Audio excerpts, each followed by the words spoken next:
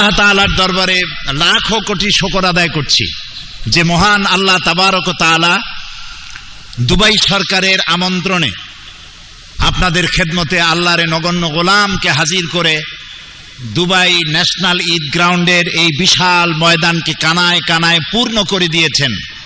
আমরা আল্লাহ শুকরার্থে বলি আলহামদুলিল্লাহ।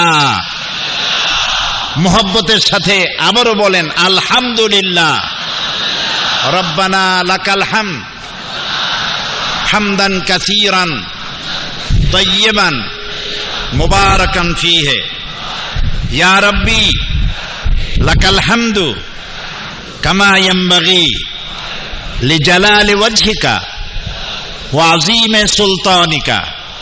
আমরা আল্লাহ তাআলার শুকর আদায় করে নিলাম যিনি দয়া করে কোরআন নাজিলের মাসে রমজানুল মুবারকে আমাদেরকে কোরআনের এজাজ সম্পর্কে, the miracle of the holy Quran, কোরআনের এজাজ মুজিজা সম্পর্কে জানার জন্য এ মাহফিলে হাজির করেছেন। তার দরবারে বিনয়ের সাথে শুকরিয়া আদায় করি, পড়ি আলহামদুলিল্লাহ। কোরআনের মুজিজা সম্পর্কে আলোচনা হবে ইনশাআল্লাহ। বলেন ইনশাআল্লাহ। আমি প্রথমে বলে নিতে চাই কোরআন নাজিলের উদ্দেশ্য কি, কোরআন কেন নাজিল হলো, আর সমস্ত কথার আমি দলিল হিসেবে পেশ করব কোরআন। তাফসীর হবে কোরআন বিল কোরআন। আমরা বলি আলহামদুলিল্লাহ। মানুষেরা, বর্তমান যুগ হলো বিজ্ঞানের যুগ। বলুন তো বর্তমান যুগটা কি? বিজ্ঞানের যুগ। মানুষেরা বিভ্রান্ত হয়ে মনে করে বিজ্ঞানী সব, আর কোরআন যেহেতু ১৫০০ বছর পূর্বে এসেছে সুতরাং কোরআনের সাথে বিজ্ঞানের সম্পর্ক নাই, কোরআনের থেকে বিজ্ঞান এগিয়ে আছে। আমি কোরআন থেকে প্রমাণ করব বিজ্ঞান এগিয়ে না কোরআন এগিয়ে, কোনটা এগিয়ে আছে কোরআন দিয়ে প্রমাণ করব। বলেন ইনশাআল্লাহ। প্রথমে বলছি কোরআন নাজিলের উদ্দেশ্য কি। আল্লাহ তাআলা বলছেন আলিফ লাম রা কিতাবুন আনজালনাহু ইলাইকা লিতুখরিজান নাসা মিনাজ যুলুমাতি ইলান নূর। আলিফ লাম রা কিতাবুন আনজালনাহু ইলাইকা, আমি আপনার উপরে একটি কিতাব নাজিল করেছি। কিতাবুন আনজালনাহু ইলাইকা, এমন এক কিতাব লিতুখরিজান নাসা মিনাজ যুলুমাতি ইলান নূর। এই কিতাবকে নাজিল করা হয়েছিল। কিতাবুন আনজালনাহু ইলাইকা লিতুখরিজান নাসা, যাতে করে আপনি মানব মণ্ডলীকে বের করে আনতে পারেন মিনাজ যুলুমাতে দিকে ইলান নূর, যাতে করে আপনি মানব মণ্ডলীকে অন্ধকার সমূহ থেকে আলোর দিকে নিয়ে আসতে পারেন। এই জন্য আমি কোরআন নাজিল করেছি। বলুন সুবহানাল্লাহ। কোরআন নাজিলের উদ্দেশ্য হলো মানব মণ্ডলীকে অন্ধকার থেকে আলোর দিকে নিয়ে আসা। অন্ধকার কি? অন্ধকার হচ্ছে মানব রচিত যত মতবাদ আছে পৃথিবীতে, সমস্ত মানব রচিত মতবাদ হচ্ছে অন্ধকার, আর ইসলাম হচ্ছে নূর। আল ইসলামু নূরুন, ইসলাম হচ্ছে আলো।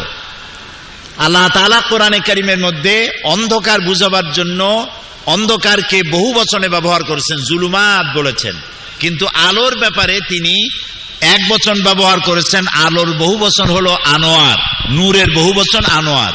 এই শব্দ তিনি ব্যবহার করেন নাই কোরআনে কারীমে। তার মানে হচ্ছে ভুলের অনেক পথ হয়, আর যেটা রাইট সেটার পথ এক হয়। আপনারা জানেন অঙ্ক পরীক্ষার দিন যাদের অঙ্ক রাইট হয় না, ভুল হয়, তাদের ভুলগুলি হয় নানান প্রকার, আর যাদের অঙ্ক রাইট হয় তাদের রেজাল্ট, তাদের ফলাফলটা কয়রকম হয়? একরকম হয়। এই জন্য হকের পথ, নূরের পথ, আলোর পথ একটি, আর অন্ধকারের পথ অনেক। সেজন্য আল্লাহ তাআলা বলছেন যে আমি কোরআন নাজিল করেছি এই জন্য যাতে করে আপনি মানব মণ্ডলীকে অন্ধকার থেকে আলোর দিকে নিয়ে আসতে পারেন। এ হলো এক। ২ নম্বরে কোরআন নাজিলের ২ নম্বরের উদ্দেশ্য হচ্ছে তাহা মা আনজালনা আলাইকাল কুরআনা লিতাশকা। হে নবী, কোরআন আমি এই জন্য নাজিল করি নাই যে কোরআন আপনার ভাগ্যকে বিপর্যস্ত করে দেবে। কোরআন নাজিল হয়েছে মানুষের ভাগ্যকে পরিবর্তন করে দেবে বলে। তো কোরআন নাজিলের উদ্দেশ্য হলো ভাগ্য পরিবর্তন করা, মানুষের দাসত্বের শৃঙ্খল থেকে মুক্ত হওয়া, এক আল্লাহর গোলামি করা, এবং এর মূল উদ্দেশ্য হচ্ছে অন্ধকার সমূহ থেকে আলোর দিকে নিয়ে আসা, এবং সেই কাজটি নবী করিম সাল্লাল্লাহু আলাইহি ওয়াসাল্লাম করেছিলেন। কোরআন এটি মানব রচিত নয়। কোরআন কার? কোরআনের ভিতরে যত বাণী আছে বাণীগুলি কার? বলেন সবাই। আল্লাহ তাআলা বলছেন, মা ইয়ানতিকু আনিল হাওয়া ইন হুয়া ইল্লা ওয়াহয়ুন ইউহা। আমার নবী কোরআনের নামে যে কথাগুলি বলেন সেগুলি ওহী। তিনি নিজের থেকে বানিয়ে কোনো কথা বলেন না। যদি নিজের থেকে বানায়া কোরআনের ভিতরে একটি কথাও যদি তিনি ঢুকায় দিতেন, তাহলে আমি তার ডান হাতকে চেপে ধরতাম এবং তার কণ্ঠনালীকে আমি কেটে ফেলে দিতাম। সুবহানাল্লাহ। তাহলে কোরআনের মধ্যে কোনো ভুল নাই। আল্লাহ তাআলা চ্যালেঞ্জ করেছেন, ওরা বলেছিল কাফেরেরা যেটা রাসূলের বানানো, নবী করিম সাল্লাল্লাহু আলাইহি সাল্লামের বানানো। বলেন নাউযুবিল্লাহ। কোরআন যখন নাজিল হচ্ছিল, নবী করিম সাল্লাল্লাহু আলাইহি সাল্লাম তখন মুখস্থ করতেছিলেন খুব দ্রুততার সাথে। আল্লাহ তাআলা বললেন, লা তুহাররিক বিহি লিসানাকা লিতাজালা বি। কোরআন মুখস্থ করার জন্য এত তাড়াহুড়ো করার কোনো প্রয়োজন নাই। আমার জিবরাইল যখন আপনার উপরে কোরআন অবতীর্ণ করে, আপনি জিবরাইলের সাথে একবার উচ্চারণ করবেন, গোটা কোরআন শরীফকে আপনার কলিজার ভিতরে মুখস্থ করিয়ে দেওয়ার দায়িত্ব আমি আল্লাহর। আমি আপনাকে মুখস্থ করার ক্ষমতা দিয়ে দিব। এই কোরআন নাজিল হলো, নবী করিম সাল্লাল্লাহু আলাইহি ওয়াসাল্লাম হেরা পাহাড় থেকে নেমে এলেন। আল্লামা ইকবাল বলছেন, উতর কর গারে হেরা সে সুয়ে কওম আয়া, উতর কর গারে হেরা সে সুয়ে কওম আয়া, और एक नुस्खाए किमिया साथ लाया। হেরা পাহাড় থেকে তিনি নেমে এলেন, হাতে নিয়ে আসলেন একটা পরশ পাথর। আর পরশ পাথর হচ্ছে এমন পাথর যে পাথরের টাচ লাগলে পরে লোহাগুলি সোনা হয়ে যায়। লোহাগুলি কি হয় বলুন তো ভাই? সোনা হয়ে যায়। দেখুন কেমনে সোনা হলো। হযরত আবু বকর রাদিয়াল্লাহু তাআলা আনহু সোনা হয়ে গেলেন। হযরত ওমর রাদিয়াল্লাহু তাআলা আনহু, যিনি ছিলেন জাহিলদের নেতা এবং আল্লাহ রসুলকে হত্যা করতে আসছেন, এমন ব্যক্তি যিনি আল্লাহ নবীকে হত্যা করতে এসেছেন, তিনি কোরআনের সংস্পর্শ পাওয়ার পর আল্লাহ তার মাকাম কোথায় তুলে দিলেন। রাসূলুল্লাহ বললেন, লা নবিয়্যা বা'দি ওয়ালা রাসূলা, আমার পরে নবীও আসবে না, রাসূলও আসবে না। তবে কেউ যদি নবী আসতো, লাকানা ওমর নবী হয়ে যেতেন। সুবহানাল্লাহ। তো কোরআন মানুষের জীবন কিভাবে পরিবর্তন করে দেয়। আর এই কোরআন মানব রচিত নয়, আল্লাহর তৈরি করা। আল্লাহ তাআলা কোরআন শরীফে বলেছেন, যদি তোমরা পারো, যদি মনে করো যে রাসূলের তৈরি করা, তাহলে কোরআনের মতো করে একখান কোরআন বানাও। কেউ বানাইতে পারলো না। এই চ্যালেঞ্জের মোকাবেলা কেউ করতে পারলো না। আল্লাহ পরীক্ষা সহজ করে দিলেন, বললেন 10টা সূরা বানাও, তাও কেউ বানাইতে পারলো না। এরপরে আল্লাহ তাআলা একেবারে সহজ করে দিলেন, বললেন, ইন কুনতুম ফি রাইবিম মিম্মা নাযালনা আলা আবদিনা ফাআতু বিসূরাতিন মিন মিসলিহি ওয়াদউ শুহাদাআকুম মিন দুনিল্লাহি ইন কুনতুম সাদিকিন। যদি সন্দেহ করো যেটা আমার বান্দার বানানো, তাহলে কোরআনের মতো করে একটা সূরা বানায় আনো। তো ছোট্ট সূরা, কোরআনে যত সূরা আছে তার মধ্যে ছোট্ট যে সূরা আছে সেরকম একটি সূরা বানায় নিয়ে আসো। আজ পর্যন্ত কোরআনের মতো করে একটি ছোট্ট সূরাও পৃথিবীর কোনো মানুষ বানাতে পেরেছে? আপনারা জবাব দিতে পারলেন না তো। ভবিষ্যতে পারবে? পৃথিবীর কেউ আজ পর্যন্ত কোরআনের মোকাবেলা করতে পারে নাই, পারবেও না। এই কোরআনকে আল্লাহ সংরক্ষণ করেছেন। আল্লাহ যত কিতাব পাঠিয়েছেন তা 104 খানা, 100 খানা কিতাব, 100 খানা সাহিফা, 4 খানা কিতাব। এর কোন একটিরও দায়িত্ব আল্লাহ নেন নাই যে আমি এটাকে হেফাজত করব। তিনি একখানি কিতাবের দায়িত্ব নিয়েছেন হেফাজতের। আপনারা নাম বলুন তো, সেটার নাম কি? আল্লাহ রাব্বুল আলামিন বলেন, ইন্না নাহনু নাযালনা যিকরা ওয়া ইন্না লাহু লাহাফিজুন। আল্লাহ রাব্বুল আলামিন বলেন, কোরআন নাজিল করেছি আমি, আর এর সংরক্ষণের দায়িত্ব আমি আল্লাহ রাব্বুল আলামিন গ্রহণ করেছি। সুবহানাল্লাহ, মজা করে বলতে পারলেন না? কোরআনে কারীমকে হেফাজতের দায়িত্ব কে নিয়েছেন? তাই তো কোরআনে কারীমে ভুল হওয়ার কোনো সম্ভাবনা নাই। এটাকে আল্লাহ তাআলা বলেছেন আমি হেফাজত করব। তো কেমনে হেফাজত করবেন সেটা তিনি ভালো জানেন। আমরা যেটা দেখতে পাচ্ছি হেফাজতের দায়িত্ব কিভাবে নিলেন, আমরা যেটা দেখতে পাচ্ছি সাদা চোখে, সেটা হলো পৃথিবীর কোন ধর্মগ্রন্থের হাফেজ পৃথিবীতে নাই। ইনজিল কাদের কিতাব? বাইবেল কাদের কিতাব? খ্রিস্টানদের। শত শত কোটি খ্রিস্টান পৃথিবীতে আছে, আছে না? বাইবেলের একজন হাফেজ সারা পৃথিবীতে খুঁজে পাওয়া যাবে কি? হিন্দুদের ধর্ম কিতাবের নাম কি? আছে তার কোনো হাফেজ? শিখদের ধর্ম কিতাবের নাম জিন্দাবেস্তা, আছে তার কোনো হাফেজ? ত্রিপিটকের নাই, জিন্দাবেস্তার নাই, বাইবেলের নাই, কোন কিতাবের হাফেজ পৃথিবীতে নাই। কিন্তু একটি হিসাবে জানা গেছে বর্তমান পৃথিবীতে যারা কোরআন মুখস্থ করেছে তাদের সংখ্যা 6 কোটি ছাড়াই গেছে। সুবহানাল্লাহ। ছোট্ট ছোট্ট বাচ্চা 7 বছর, 6.5 বছর বয়স, কোরআন কারীম মুখস্থ করে ফেলেছে। মনে হচ্ছে যেন আটলান্টিক মহাসাগরকে আল্লাহ রাব্বুল আলামিন একটা ঝিনুকের মধ্যে ঢুকাই দিয়েছে। সুবহানাল্লাহ। কোরআনে কারীমকে আল্লাহ তাআলা মুখস্থ করার ব্যবস্থা না করলে বহুত গলত হওয়ার সম্ভাবনা ছিল। আমাদের বন্ধুদের তো অভাব নাই, আছে না বন্ধু? বন্ধুর সামনে জিজ্ঞাসাবোধক চিহ্ন, আছে না এরকম বন্ধু? তো এরা তাদের দেশে, আমি দেশের নাম নিলাম না, তারা তাদের দেশে কোরআন সাজাইতো একরকম, বাংলাদেশে একরকম, সৌদি আরবে আর এক রকম, রাশিয়া আর এক রকম। কোরআনের পাত্তা থাকতো? এখন ভুল করার কোন উপায় আছে? কোন মসজিদের ইমাম যদি সূরা নসর পড়তে গিয়া বলে ইজা যা বসরুল্লাহ ওয়াল ফাতহু, কেমন অবস্থা হবে বলেন? পিছন থেকে লোকেরা লোকমা দিবে। লোকমা যদি না মানে, প্রত্যেক দিন যদি নসরুল্লাহরে বসরুল্লাহ পড়ে, তো এমন ইমাম না পিটাইয়া নাস্তা করা যাবে? ইমাম ভুলটা করছে কি কন্ত?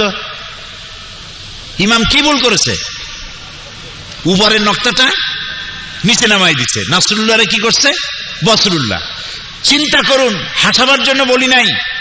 কোরআনের সূরা নয়, পারা নয়, আয়াত নয়, জের নয়, জবর নয়, একটা নক্তা ভুল করার এখতিয়ার সারা পৃথিবীর নাই।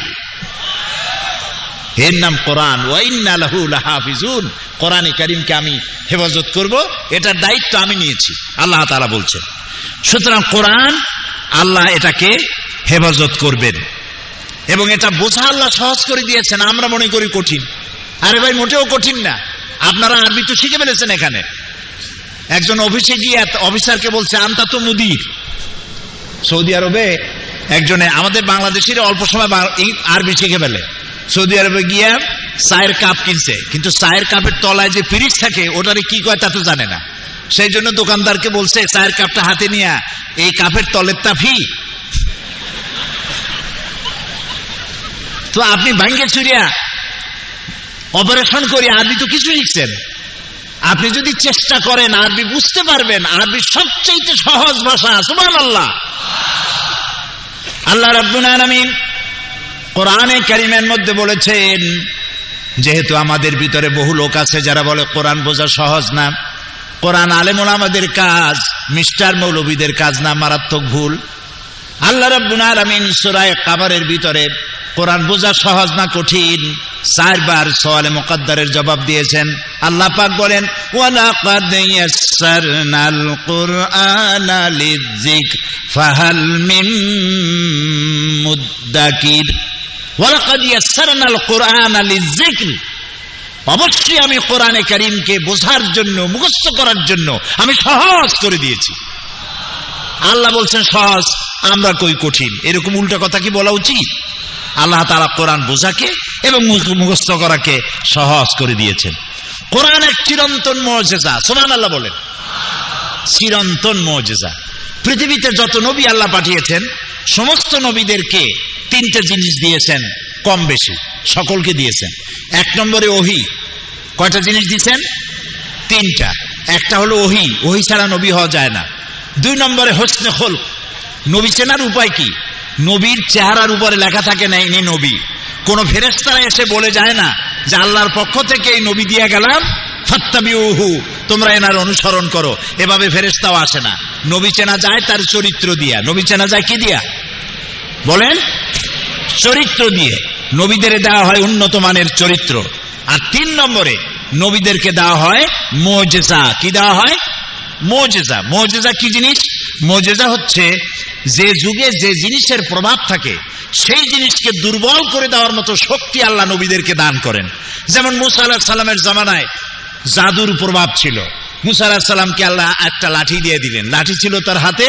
আল্লাহ জিজ্ঞেস করলেন, ওমা তিলকা বিয়ামিনিকা ইয়া মুসা, মুসা তোমার ডান হাতে ওটা কি?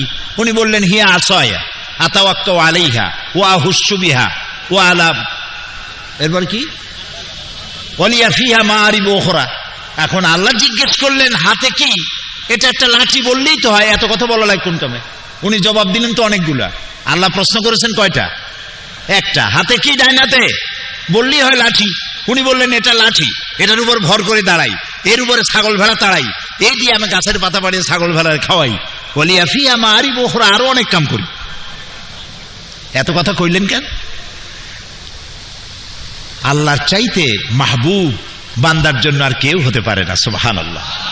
মুসা আলাইহিস সালাম টের পাচ্ছেন আমি আল্লাহর সাথে কথা বলছি, হিয়া আসায়া বলে যদি ছেড়ে দেই আর আল্লাহ যদি তার কথা বলাটাকে কাট করে দেন তাহলে আমি আর কথা শুনতে পারবো না, কাজী জবাবটা লম্বা করে দেই। সুবহানাল্লাহ। এটার মুজিজা ছিল, লাঠিটা ফেলে দিলে কি হয়ে যেত? কি হতো? সাপ হয়ে যেত। হযরত মুসা আলাইহিস সালাম ইন্তেকাল করলেন, লাঠি তিনি কবরে নিয়ে যান নাই। লাঠি জমিনে বেঁচে ছিল, কিন্তু তার উম্মতেরা এই লাঠিকে আর এক মুহূর্তের জন্য তারা সাপ বানাইতে পারে নাই। দাউদ আলাইহিস সালামের মুজিজা ছিল লোহা দিয়ে অস্ত্র তৈরি করতেন। অনেকে বলে যে তিনি কর্মকার ছিলেন, খন্তা শাবল বানাইতো। তো খন্তা শাবল যদি বানাইতো নবীও চালাইতো কেমনে? কোদাল, খন্তা, শাবল এগুলি বানাবার দরকারটা কি? তার হাতে লোহা পড়লে লোহা আগুন দিয়ে জ্বালানো লাগতো না, লোহা ধরে চাপ দিতেন, পানি হয়ে গলে যেত। এটা ছিল তার মুজিজা। তিনি ইন্তেকাল করার পরে এই মুজিজা কেউ ব্যবহার করতে পারে নাই। ঈসা আলাইহিস সালামের মুজিজা ছিল এক মুষ্টি মাটি ধরে ফু দিতেন, বাদুর হয়ে পাখি হয়ে উড়ে যেত। বানায় বললাম না, কোরআন শরীফ আছে, আছে না? জন্মন্ধের চোখের উপরে হাত লাগাই দিতেন, চোখ ভালো হয়ে যেত। সুবহানাল্লাহ বলতে ইচ্ছা করে না? ঈসা আলাইহিস সালাম মরেন নাই। ঈসা আলাইহিস সালামকে আল্লাহ তাআলা উঠাই নিয়েছেন, কিন্তু তার মুজিজা ওখানেই শেষ। পৃথিবীর শত কোটি খ্রিস্টান বেঁচে আছে, এই মুজিজা কেউ কামে লাগাইতে পারে নাই। কোন জন্মন্ধের চোখে যদি হাত দিয়ে ঘষা দেয়, যাও চোখ থাকবে তাও নষ্ট হয়ে যাবে, ভালো বানাইতে পারবেন। একমাত্র নবী, দুনিয়ার সমস্ত নবীদের ইন্তেকাল হয়েছে, মুজিজাও শেষ হয়ে গেছে তার কার্যকারিতার। একমাত্র নবী মুহাম্মাদুর রাসূলুল্লাহ সাল্লাল্লাহু আলাইহি ওয়াসাল্লাম, জীবনে হাজার হাজার মুজিজা তার ঘটেছে। তার জীবনের সবচাইতে বড় মুজিজা কোরআনে কারীম। তিনি ইন্তেকাল করেছেন, কোরআন ইন্তেকাল করে নাই। কোরআনের মুজিজা কিয়ামত পর্যন্ত থাকবে। সুবহানাল্লাহ, সুবহানাল্লাহ। এক জীবন্ত কিতাব, এটা কোনদিন পুরান হবে না। قال النبي صلى الله عليه وسلم لا تحصى عجائبه ولا تبلى غرائبه فيه مصابيح الهدى ومنار الحكمة। নবী করিম সাল্লাল্লাহু আলাইহি ওয়াসাল্লাম বলছেন কোরআন কোনদিন পুরাতন হবে না। পুরান হইছে? বলেন হইছে? যত শুনি তত মজা লাগে না? শেখ আব্দুর রহমান আস-সুদাইস, সৌদ আশ-শুরাইব, আব্দুর রহমান আল হুজাইফি, সালাহ আল বুদায়ের, আব্দুল্লাহ আল জাহানি কোরআনে কারীম যখন তেলাওয়াত করে কেমন লাগে? সুবহানাল্লাহ, মনে হয় যেন আকাশ থেকে কোরআন নাজিল হচ্ছে। সুবহানাল্লাহ বলেন। এই কোরআনের মুজিজা কিয়ামত পর্যন্ত থাকবে। কোরআন শুনে আর মুসলমান হয়, কোরআন শুনে আর মুসলমান হতে থাকে। সুবহানাল্লাহ বিহামদিহি আযীম। এটা কোনোদিন পুরাতন হবে না। ফিহি মাসাবিহুল হুদা, রাসূলুল্লাহ বলছেন এটা হচ্ছে হেদায়েতের মশাল, ওয়া মানারিল হিকমা, আর এটা হচ্ছে বিজ্ঞানের সুউচ্চ মিনার। বিজ্ঞানের কথাই বলবো সামনের দিকে, কোরআনের এজাজের দিকে আমি আসতেছি। এরপরে নবী করিম সাল্লাল্লাহু আলাইহি সাল্লাম বলছেন, মান ক্বালা বিহি সাদাকা, এই কোরআন দিয়ে যে কথা বলে সেই সত্য কথা বলে। বলেন সুবহানাল্লাহ। যত বড় নেতা হোক আর যত বড় চিৎকার দিয়ে বলুক, ভাইয়ের আমার, বোনের আমার, এই চিৎকার দিয়ে যাই বলুক, তার কথার ভিতরে যদি কোরআন না থাকে এই কথার কোনো দাম নাই। ওই কথার দাম আছে যে কথার পেছনে কোরআনের দলিল আছে। মান ক্বালা বিহি সাদাকা, কারণ কোরআন দিয়ে যে কথা বলে সেই সত্য কথা বলে। তার কারণ হচ্ছে ওমান আসদাকু মিনাল্লাহি কিলা, আল্লাহর চাইতে সত্যবাদী আর কেউ কি আছে? বলেন আছে? আল্লাহর চাইতে সত্যবাদী কেউ নাই। কাজী কথা বলতে গিয়ে কোরআনের দলিল পেশ করুন। যিনি কোরআনের দলিল সহকারে কথা বলেন তার কথা শুনুন। সুবহানাল্লাহ বলেন। ওমান আমিলা বিহি উজরা, আর কোরআন পড়ে বুঝে ওর উপরে যে আমল করবে আল্লাহ তাআলা নবী বলছেন তাকে পুরস্কৃত করা হবে ফিদ দুনিয়া ওয়াল আখিরাহ। ওমান হাকামা বিহি আদালা, আরে কোরআন দিয়ে যে বিচার ফয়সালা করবে সঠিক বিচার করবে। ওমান দা ইলাইহি হুদিয়া ইলা সিরাতিল মুস্তাকিম, রাওয়াহু তিরমিজি। রাসূলুল্লাহ বলছেন যে ব্যক্তি কোরআনের দিকে দাওয়াত দিবে সেই সঠিক দাওয়াত দিবে। এই দাওয়াতের শুরু দুনিয়ায়, আর এই দাওয়াতের লাস্ট ডেস্টিনেশন, এই দাওয়াতের শেষ গন্তব্য জান্নাতুল ফেরদাউস। আলহামদুলিল্লাহ। এই কোরআনে কি আছে? ইতিহাস, বিজ্ঞান, দর্শন, নৃতত্ত্ব, ভূতত্ত্ব, স্বরাষ্ট্রনীতি, পররাষ্ট্রনীতি, শিক্ষানীতি, যুদ্ধনীতি, বন্দিনীতি, পারিবারিক নীতি, ইহকাল পরকাল সহ জীবনের সাথে সংশ্লিষ্ট সকল কিছুই আল্লাহ তাআলা কোরআনে বলে দিয়েছেন।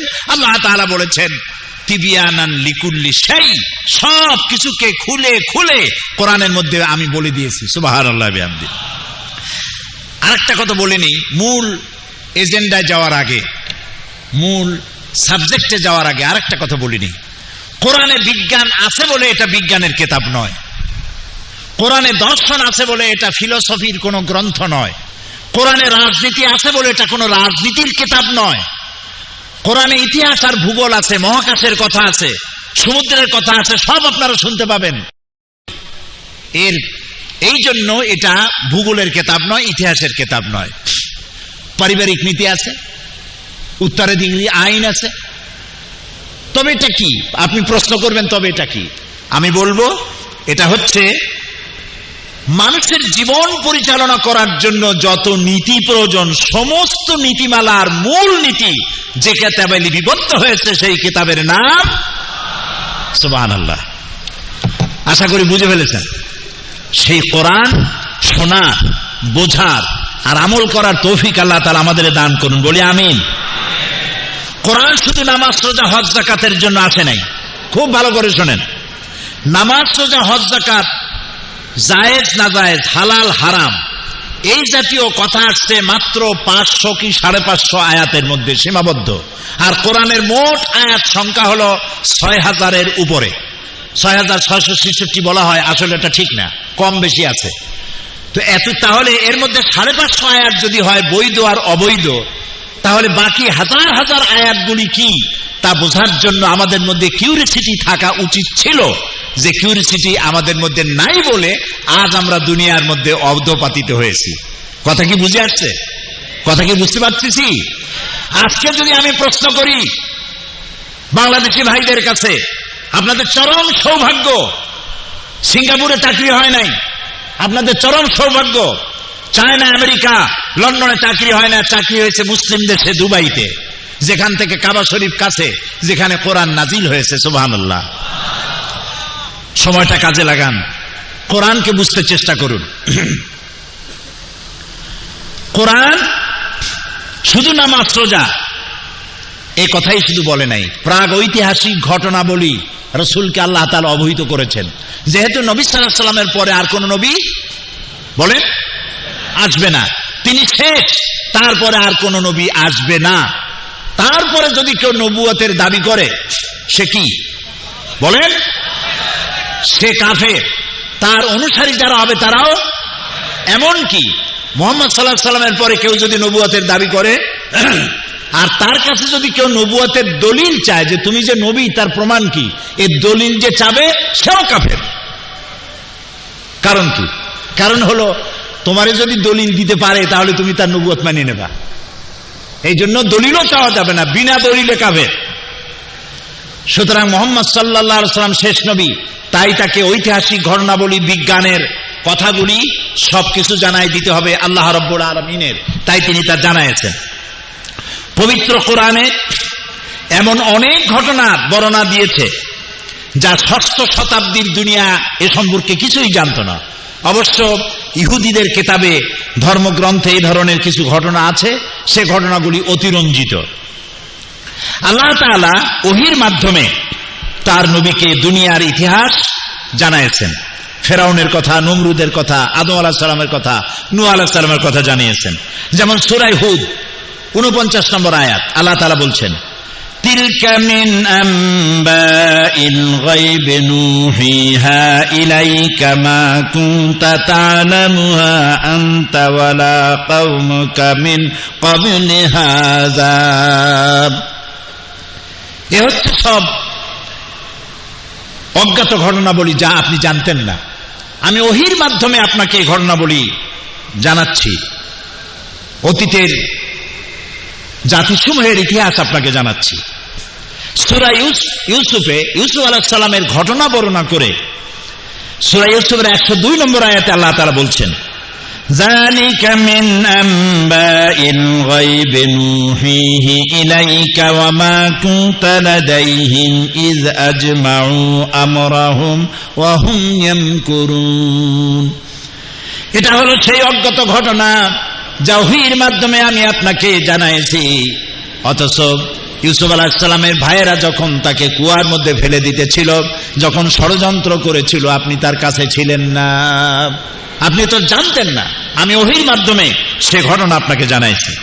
মূসা আলাইহিস সালামের ঘটনা বলে আল্লাহ তাআলা বলছেন সূরা কাসাসের 44 নম্বর আয়াতে, ওয়ামা কুনতা বিজানিবিল গারবি ইয কাদাইনা ইলা মূসাল আমরা ওয়ামা কুনতা মিনাশ শাহিদিন। সিনাই পর্বতের পশ্চিম প্রান্তে মূসাকে আমি যখন ওহী দিয়েছিলাম, ওহীর মাধ্যমে নির্দেশ দিয়েছিলাম, আপনি সেখানে উপস্থিত ছিলেন না। আমি ওহীর মাধ্যমে সে ঘটনা বলি আপনাকে অবহিত করছি। সূরা তাহার 99 নম্বর আয়াতে আল্লাহ তাআলা বলছেন, কাযালিকা নাকুসু আলাইকা মিন আম্বাই মা ক্বাদ সাবাকা ওয়া ক্বাদ আতাইনাকা মিন লাদুন্না যিকরা। এভাবেই আমি আপনার কাছে অতীতের ইতিহাসগুলি আমি আপনাকে বর্ণনা করেছি, নিজের থেকে উপদেশনামা আপনাকে জানাই দিয়েছি।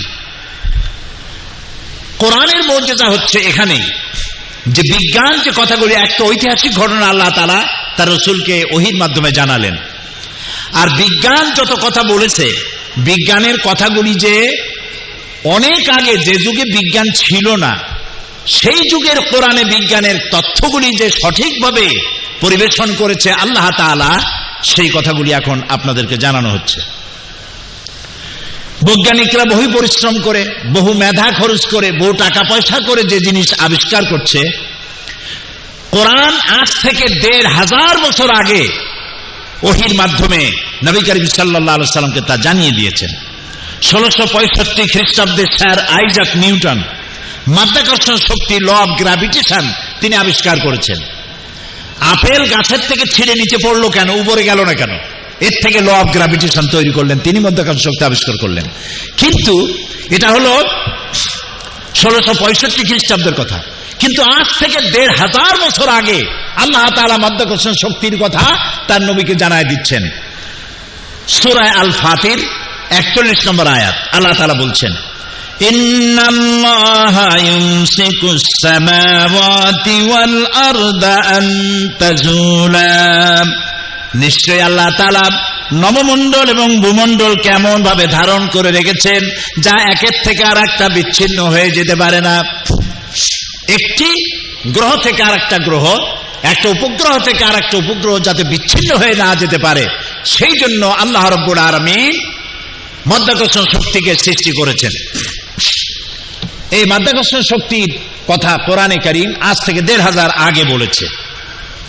চন্দ্র সূর্যের ব্যাপারে সৌরলোকের সবকিছুই যে ঘুরছে এইটা বিজ্ঞান জানতো না। মানুষের ধারণা ছিল, কেউ বলছে যে সূর্য ঘোরে, আপনারা জানেন বিজ্ঞানীরা, কেউ বলেছে সূর্য ঘোরে, কেউ কয় চন্দ্র ঘোরে, কেউ কয় পৃথিবী ঘোরে, কেউ কয় আমরাও ঘুরি। এখন আসলে কে ঘোরে, চন্দ্র ঘোরে না সূর্য ঘোরে, এ কথা কে বলে দিতে পারবে বলেন তো দেখি? আল্লাহ রাব্বুল আলামিন সূরা ইয়াসিন আল্লাহ তাআলা বলছেন, লাশ-শামসু ইয়ানবাগি লাহা আন তুদরিকাল কমারা ওয়ালাল লাইলু সাবিকুন নাহার ওয়া কুল্লুন ফি ফালাকিন ইয়াসবাহুন। আল্লাহ রাব্বুল আলামিন বলেন, সূর্য চন্দ্রকে অতিক্রম করতে পারে না, চন্দ্র সূর্যকে অতিক্রম করতে পারে না, রাত দিনের মধ্যে প্রবেশ করতে পারে না, দিন রাতের মধ্যে প্রবেশ করতে পারে না। এসব কিছু আল্লাহ রাব্বুল আলামিন নিয়ন্ত্রণ করছেন।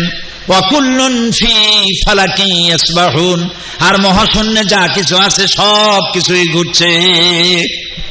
ওয়া কুল্লুন ফি ফালাকিন ইয়াসবাহুন, যা কিছু মহাশূন্যে, আমরা কোথায় আছি, এটা কোথায় আছে, পৃথিবীটা কোথায় বলেন? মহাশূন্যের উপরে, পৃথিবীটাও মহাশূন্যের উপরে। সূর্য ঘোরে, চন্দ্র ঘোরে, পৃথিবী ঘোরে, সব ঘুরছে। অকুল্লুন ফি ফালাকিন ইয়াসবাহুন, activity is life, inactivity is death. যতদিন পর্যন্ত এই ঘূর্ণায়মান চক্রের আবর্তন চলতে থাকবে ততদিন পৃথিবী থাকবে, আর যখন এই অ্যাক্টিভিটিস বন্ধ হয়ে যাবে তখন প্রচন্ড এক আঘাতে লণ্ডভণ্ড হয়ে গিয়ে পৃথিবীতে কিয়ামত অনুষ্ঠিত হয়ে যাবে। কাজেই এই কথা আজকে পৃথিবীর বিজ্ঞানীরা বলছে, কিন্তু 1400 বছর আগে আল্লাহ রাব্বুল আলামিন একথা তার নবীর মাধ্যমে জানিয়ে দিয়েছেন। বিজ্ঞান বলছে, দ্য ইউনিভার্স অ্যান্ড আইনস্টাইন গ্রন্থে বলা হয়েছে, সূর্য ধীরে ধীরে নিশ্চিত তার আলো হারিয়ে ফেলবে, এবং তারকাদের অনেকেই এখন পোড়া কয়লার মতো, তারকাগুলি পোড়া কয়লার মতো, আর সূর্য তার আলো হারিয়ে ফেলবে। এ কথা বলতেছে বিজ্ঞান। এখন ধরেন এখন থেকে কয়েক বছর আগে বা 100 বছর আগে বলতেছে। যেই যুগে বিজ্ঞানের কিছু নাই, সেই যুগে আল্লাহ তাআলা তার নবীর কাছে কোরআন পাঠায় দিয়া সূর্যে যে আলো থাকবে না এই কথা 1500 বছর আগে রাসূলুল্লাহকে জানায় দেওয়া হয়েছে। সুবহানাল্লাহ বলেন। আল্লাহ তাআলা বলেন সূরা কিয়ামার 6 থেকে 9 নম্বর আয়াতে আল্লাহ তাআলা বলছেন, ইয়াসআলু আইয়ানা ইয়াউমুল কিয়ামা ফাইযা বারিকাল বাসার ওয়া খাসাফাল কামার ওয়া জুমিআশ শামসু ওয়াল কামার। এরা রাসূলের কাছে জিজ্ঞেস করে যে কিয়ামত কবে হবে, আপনি বলে দিন। কিয়ামত হবে যেদিন দৃষ্টিশক্তি ঝলসে যাবে মানুষের, চন্দ্র এবং সূর্য তার আলো হারিয়ে ফেলবে। সুবহানাল্লাহ। বিজ্ঞান বলছে আজ, আর 1500 বছর আগে নবী করিম সাল্লাল্লাহু আলাইহি সাল্লামের মুখে আল্লাহ তাআলা জানায় দিচ্ছেন যে চন্দ্র এবং সূর্যের আলো থাকবে না, আলো হারিয়ে ফেলবে। সূরা আত-তাকবীরের 1 থেকে 3 নম্বর আয়াতে আল্লাহ বলছেন, ইযাশ শামসু কুওয়িরাত ওয়া ইযান নুজুমু কাদারাত ওয়া ইযাল জিবালু সুজ্জিরাত। যেদিন সূর্যে কোনো আলো থাকবে না, নক্ষত্রগুলি স্থানচ্যুত হবে, আর পাহাড়গুলো সরে যাবে, পাহাড়গুলো তার জায়গায় থাকবে না। চন্দ্র আলো হারিয়ে ফেলবে, সূর্যে আলো থাকবে না, তারকাগুলি বিক্ষিপ্ত হয়ে যাবে। 1500 বছর আগে আল্লাহ তাআলা এই কথাগুলি জানিয়ে দিয়েছেন। বিজ্ঞানীদের মতে প্রকৃতির সমস্ত প্রক্রিয়া একদিন স্তব্ধ হয়ে যাবে, কিছু থাকবে না। বিজ্ঞানীরা বলছে এই প্রকৃতি একদিন স্তব্ধ হয়ে যাবে, কিছুই থাকবে না। এই কথা বিজ্ঞান অনুভব করছে আজ, কিন্তু 1500 বছর আগে সূরা আর রহমানে আল্লাহ তাআলা বলছেন, কুল্লু মান আলাইহা ফানিন ওয়া ইয়াবকা ওয়াজহু রাব্বিকা যুল জালালি ওয়াল ইকরাম। বিশ্বে যা কিছু আছে সবই ধ্বংসশীল, কিচ্ছু থাকবে না, একমাত্র থাকবেন প্রতিপালক, অবশ্যই থাকবেন যিনি মহিয়ান গরিয়ান, আল্লাহ ছাড়া কিছুই থাকবে না, সব ধ্বংস হয়ে যাবে। প্রিয় ভাই সব,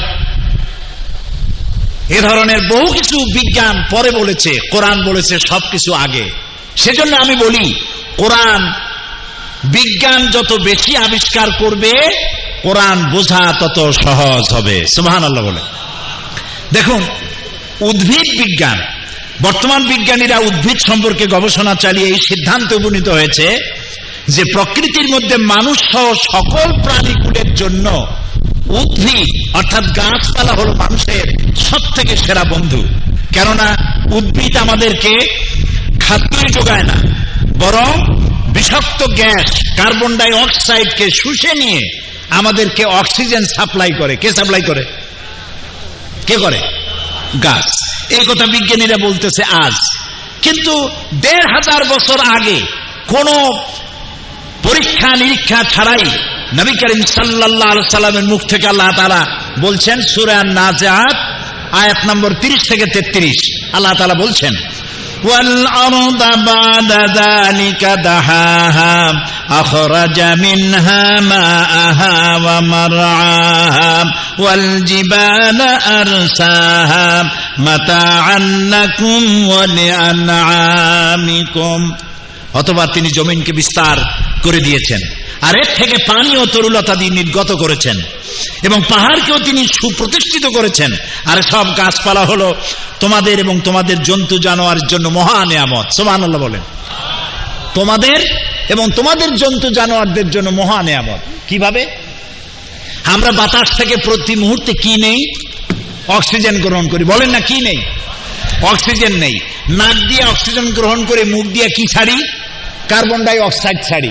কার্বন ডাই অক্সাইড হলো বিষ। কার্বন ডাই অক্সাইড কি? বিষ। এখন এই কার্বন ডাই অক্সাইডকে পরিশুদ্ধ করার জন্য কোন ফ্যাক্টরি পৃথিবীতে আছে? বলেন না, আছে? নাই। এখন আপনি তো মরে যাবেন, প্রাণীকুল মরে যাবে, কার্বন ডাই অক্সাইড বিষ খাইয়া সারা দুনিয়া মারা যাবে। এখন কি হবে? আল্লাহ রহমানুর রহিম, তিনি গাছ তৈরি করেছেন। গাছের পাতাগুলির রং কি? আরে ভাই, তাও কথা কয় না। সবুজ। গাছের রং কি? সবুজ। সূর্যের তাপ আর গাছের এই রং, সবুজ রং, এই দুটিতে এক প্রকারের রন্ধন প্রক্রিয়া হয়।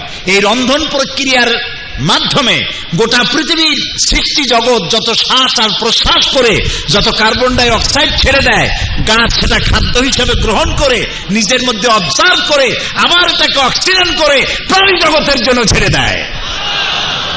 সুবহানাল্লাহ, সুবহানাল্লাহ, সুবহানাল্লাহ বলেন। আল্লাহু আকবার।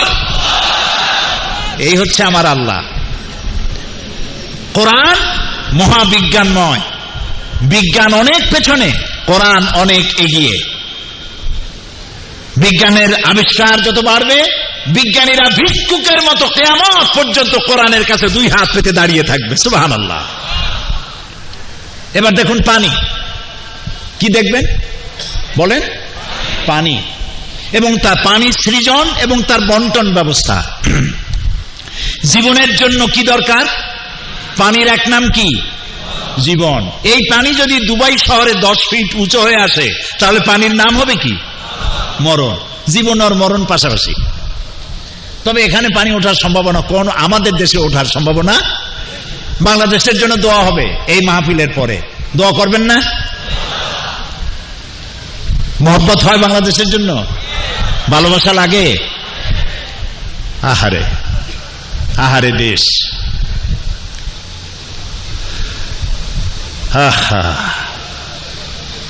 দেশকে ভালোবাসবেন। নবী করিম সাল্লাল্লাহু আলাইহি ওয়াসাল্লাম হিজরতের রাতে কাবা শরীফের দিকে ফিরে বারবার চোখ মুছতেছিলেন আর বলতেছিলেন, হে কাবা, হে মক্কা, বড় আশা ছিল আমি তোর কাছে থাকবো, তোর খেদমত করব, কিন্তু তোর নিষ্ঠুর সন্তানেরা তোর পাশে আমারে থাকতে দিল না। চোখ মুছতে মুছতে জন্মভূমি পরিত্যাগ করেছেন। এখানে যারা আছেন টেলিফোনে খবর পান মায়ের অসুখ হয়েছে, কিন্তু ভিসা পান না, যাইতে পারেন না। তারপরে খবর আসে মায়ের অসুখটা বেড়ে গেছে, ভিসা পান না, যাইতে পারেন না। হঠাৎ একদিন খবর এলো টেলিফোনে বাড়ির সবকিছুই ঠিকঠাক আছে, মা হারায় গেছে, বাপ হারায় গেছে, জানাজাও পেলেন না, দেখতেও পারলেন না। সেই বাংলাদেশ যেখানে 15 কোটি মুসলমান বাস করে, সেই বাংলাদেশ যেখানে 3 লক্ষ মসজিদ থেকে এশার আজান শুনে মানুষেরা ঘুমাতে যায়, ফজরের আজান শুনে ঘুম ভাঙে আর নামাজ পড়তে যায়, লক্ষ লক্ষ মাদ্রাসা মসজিদ বুকে ধারণ করে ধন্য আমার 56,000 বর্গ মাইলের দেশ বাংলাদেশ। আলহামদুলিল্লাহ বলেন। সেই বাংলাদেশের জন্য দোয়া হবে। সেই দোয়া না করে কেউ বাসায় ফিরে যেতে পারেন? আল্লাহ তৌফিক দিক, বলি আমিন। চলেন আবার পানির কাছে। জীবনের জন্য পানি, পানি ছাড়া পৃথিবী বাঁচবে না। এই পানিকে আল্লাহ প্রিজার্ভ করার জন্য সমুদ্র বানিয়েছেন, আটলান্টিক মহাসাগর, প্রশান্ত মহাসাগর, ভারত মহাসাগর, কত সাগর আর উপসাগর আর মহাসাগর। এই সাগরের আছে পানি। একটা মহাদেশ আছে যেটায় কোনো মানুষ বাস করে না, শুধু আছে শ্বেত ভল্লুক আর পেঙ্গুইন, আর কিচ্ছু নাই। আর আছে শুধু পানির পাহাড়, বরফের পাহাড়। জানেন সেই মহাদেশের নাম কি? অ্যান্টার্কটিকা। এই টেলিভিশনের মধ্যে হাবিজাবি ইন্ডিয়ার ছবি, ফিল্ম, নাচানাচি, মুসরা মুসরি, এইসব হাবিজাবি না দেখা ন্যাশনাল জিওগ্রাফি দেখেন, এনিম্যাল প্ল্যানেট দেখেন, ডিসকভারি দেখেন, বহুত কিছু দেখার আছে, শেখার আছে, বোঝার আছে। তো পানি সমুদ্র বোঝায়, আবার পানির পাহাড় তৈরি করে আল্লাহ তাআলা রেখেছেন, যেহেতু পানি ছাড়া পৃথিবী বাঁচবে না। সুবহানাল্লাহ। সেই পানি শুধু জমা থাকলে হবে না, ওই পানি আবার পৌঁছে দিতে হবে সব জায়গায়। এই জন্য দেখছেন আমাদের দেশের খালগুলি সোজা না, খাল বাঁকা, নদীও কথা কয় না, বাঁকা বাঁকা নদী। আমাদের ছোট নদী চলে বাঁকে বাঁকে। কি মাসে পানি থাকে?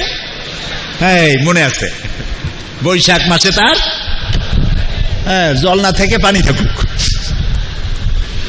এই যে নদীগুলি বাঁকা, খালগুলি বাঁকা, এগুলো কাছ থেকে না। আর 2-1টা খাল 2-5-10 বা 1000 খাল না হয় জিয়াউর রহমান কাটছে, তাও বানানো খালরে কাটছে। বাকি সমস্ত খাল আর নদী আর সমুদ্র কার কাটা? চিল্লায় বলেন আল্লাহ রাব্বুল আলামিনের। বাঁকা বাঁকা করছে কেন? যাতে করে সমস্ত জমিন এর থেকে পানি সোজা যদি যায় তাহলে দূরের জমিন তো এই পানি পাবে না। বাঁকা বাঁকা হয়ে গেছে যাতে করে সমস্ত জমিন এর থেকে পানি টেনে নিতে পারে। সুবহানাল্লাহ। এরপরে এ পানি তো হবে না, এরপরে করুণাময় রহমানুর রহিম গফুরুর রহিম, তিনি দেখতে পাচ্ছেন কোথায় মরুভূমিতে শুষ্ক বালুকণা, পানি পাচ্ছে না, হাহাকার। সেই জায়গা পর্যন্ত পানি পৌঁছে দেওয়ার ব্যবস্থা নিয়েছেন আমার আল্লাহ রাব্বুল আলামিন। আল্লাহ তাআলা বলছেন, আল্লাহুল্লাযী আরসালার রিয়াহা ফাতুসিরু সাহাবা ফাসুকনাহু ইলা বালাদিন মাইয়িতিন ফাআহইয়ানা বিহিল আরদা বা'দা মাউতিহা কাযালিকান নুশুর। আল্লাহুল্লাযী আরসালার রিয়াহা। আল্লাহ তাআলা বাতাসকে হুকুম করেন, বাতাস মেঘমালাকে টেনে নিয়ে যা। বাতাসকে হুকুম করেন মেঘমালা টেনে নিয়ে যা। কোথায়? অমুক দেশের আকাশে নিয়ে যা। সেই দেশের আকাশে নিয়ে গেলেন যেখানে তিনি বৃষ্টি মঞ্জুর করেছেন। সুবহানাল্লাহ বলেন। এরপরে মেঘ এলো, বৃষ্টির ফোঁটা পড়লো। আল্লাহ তাআলা বলছেন ফাসুকনাহু ইলা বালাদিন মাইয়িতিন। আকাশ থেকে বৃষ্টি পড়লো এবং সেই বৃষ্টির ফোঁটা বালু কণা কণে, শুষ্ক শুষ্ক মাটির কণা, বালু কণা তালাশ করে করে সবগুলিকে পানি দিয়ে আল্লাহ তাআলা সিক্ত করে দিলেন। ফাআহইয়ানা বিহিল আরদা বা'দা মাউতিহা। আমি মৃত্যু জমিনকে জিন্দা করে দিলাম বৃষ্টির পানি দিয়া। সুবহানাল্লাহ কইতে ইচ্ছা করে না মিয়ারা? নতুন স্ত্রী যেমন স্বামী সংসর্গে এসে যেমন গর্ভধারণের প্রস্তুতি নেয়, বৃষ্টির পানি পেয়ে তেমন মরা জমিন জিন্দা হয়ে ফসল ধারণের জন্য প্রস্তুতি নিয়ে নেয়। কাযালিকান নুশুর, এইভাবেই আমি জিন্দা করি, এভাবেই উদ্ভিদকে পানি দিয়ে সমস্ত জিনিসকে আমি তৈরি করে দেই। অহরহ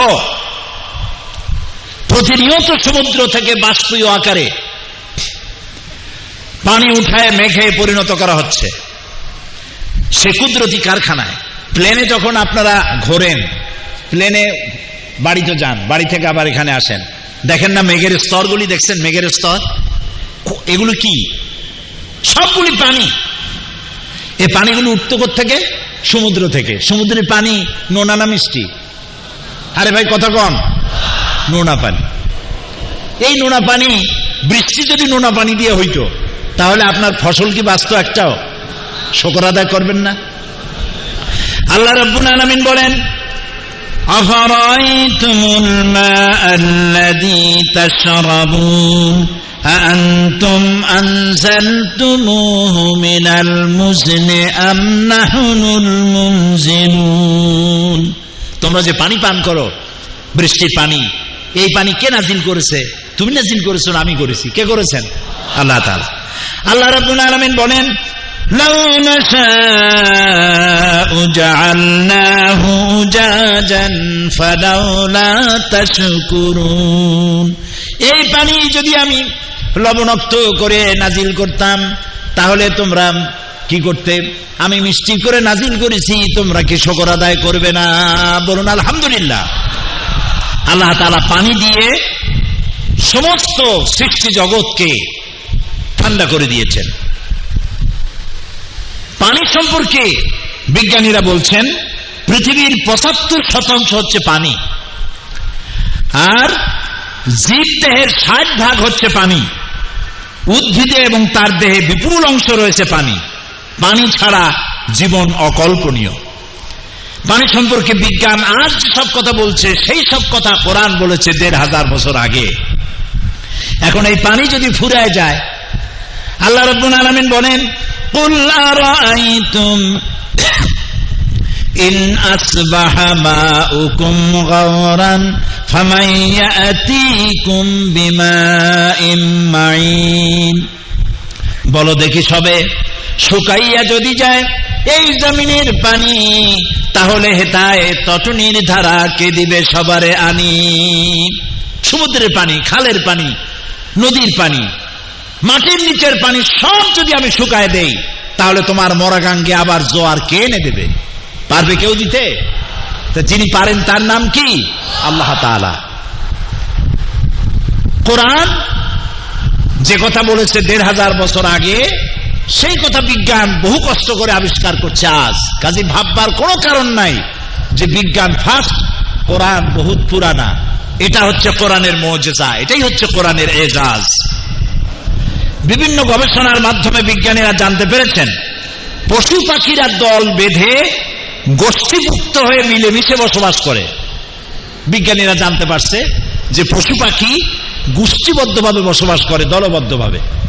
এই কথা সূরা আনামের ৩৮ নম্বর আয়াতে আল্লাহ তাআলা বলছেন ১৫০০ বছর আগে।